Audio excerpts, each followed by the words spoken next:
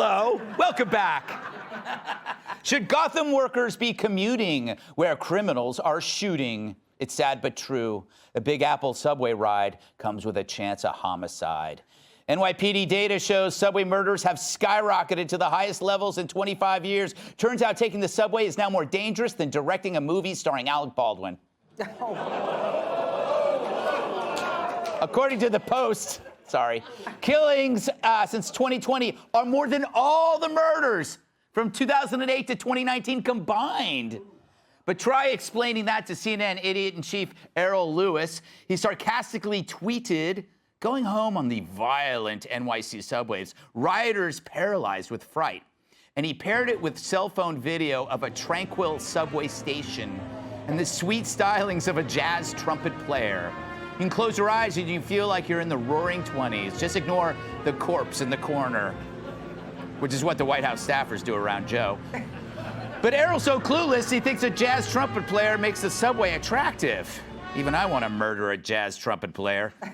So this dolt who calls himself a journalist takes one trip and doesn't witness a murder, and so that's proof of safety. That's like going outside at night and thinking, wow, the sun must be broken. It's like visiting Tijuana on the donkey's day off and thinking it's a family-friendly place. I don't know what that means. But lazy anecdotal observations about public safety to write off the rise in crime, that is nothing new. Remember this classic? If you watch a certain state TV and you listen to conservative media, you would think that, entire cities are just, embroiled in fights and fires and whatever. We went out and had a great dinner in New York City tonight. Well, he has plenty of time to go to dinner now. So, terrible.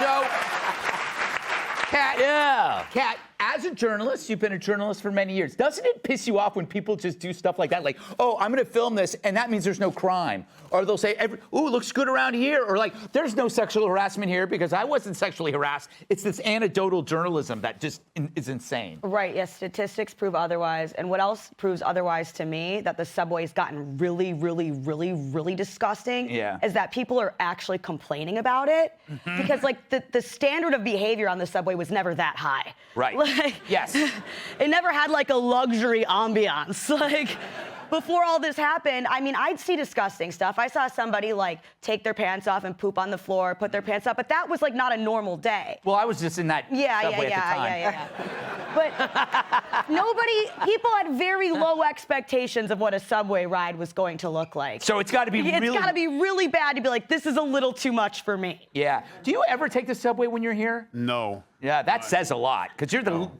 would have no problem. They couldn't push you in front of a train. First of all, I hate ducking into things. Yeah. And then I got to be ducked in there, and then there's not enough room for me to throw somebody in there. So it's like, I'd throw the guy, he'd bounce right back on me, and I'd be like, damn it, I just threw him. Then he's right back there, and I have to wait for it to open. Sounds like a sport. It could be. It could be. But, yeah. Thug tossing. There'd be no love involved at all. The love would be stopping. But it's like if I went out to the Serengeti on a Wednesday afternoon at 12 and turned my phone on and there was nothing out there. Yes. No lions. There's nothing out here. And then the guy goes, look behind you. Yeah. You know what I'm saying? Like, wait a while, bro. Yeah. And if he panned around him, I'm sure he was surrounded. He made sure he had enough people to be safe to go out there. I'm sure it was, let's take a shot. Let me step over this homeless guy. Let me go around this guy. Oh, this scene is great. Yeah. To push that everything's fine. Cool, then let's take it a next step further. Why don't you do a special where you spend 5 days in that spot and let's see what happens. Exactly. It's basically just propaganda, Michelle. Just be like hunting for Bigfoot, right? Yeah. Nothing's gonna happen. I've been thinking really hard about why people do this, like why they want things to appear better than they actually are. And then I concluded it's only when it suits their agenda. So, COVID, I'm going to wear 3 masks, but there was peaceful protests out there, There was that looting and rioting. That's the voice of the of the oppressed. And it's like, wait a minute, that was looting and or slavery was the biggest stain on America, which it was. But I'm going to ignore the slavery in China because I need some cheap jeans. So I get the sense that all of this is politically driven, and I'm so glad you brought the Don Lemon clip back because this is like a little micro Don Lemon moment. Exactly. It absolutely is. Exactly. People don't remember.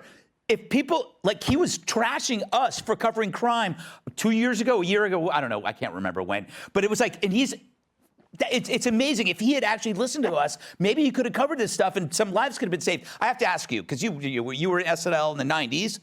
Do you feel like it's changed here in New York? First of all, I have to tell you, I was very nostalgic. I was walking around Times Square, and it felt like the early 90s, because everywhere I went, I felt like I was about to get murdered. Yeah. And it's a nice feeling, like, wow, I remember that, Yes. But it's like when you see Anderson Cooper, and he's he's reporting on the flood and whatever, and you pull back, somebody takes a snapshot, and the cameraman's dry. Yeah, exactly. Yes. But it was a nice feeling walking around last night. Yeah. Do you think? Yeah. You're not taking the subway. No. No, of course not. No. But Jamie Lissow just $3 carries you from place to place. No, but $3 is still. I mean, for a murder rate, $3, you're not paying a lot to get murdered. Yeah, you know what I mean? that's true. That's a pretty good deal. Grab that. Yeah. There you go. Sale. Bring somebody you don't like and hope that's how you off somebody. Exactly. What are you doing later, Kat? Oh. That's a joke. That's a joke. We got to move on. They loved it. I know. Hey, Sean Hannity here. Hey, click here to subscribe to Fox News YouTube page and catch our hottest interviews and most compelling analysis. You will not get it anywhere else.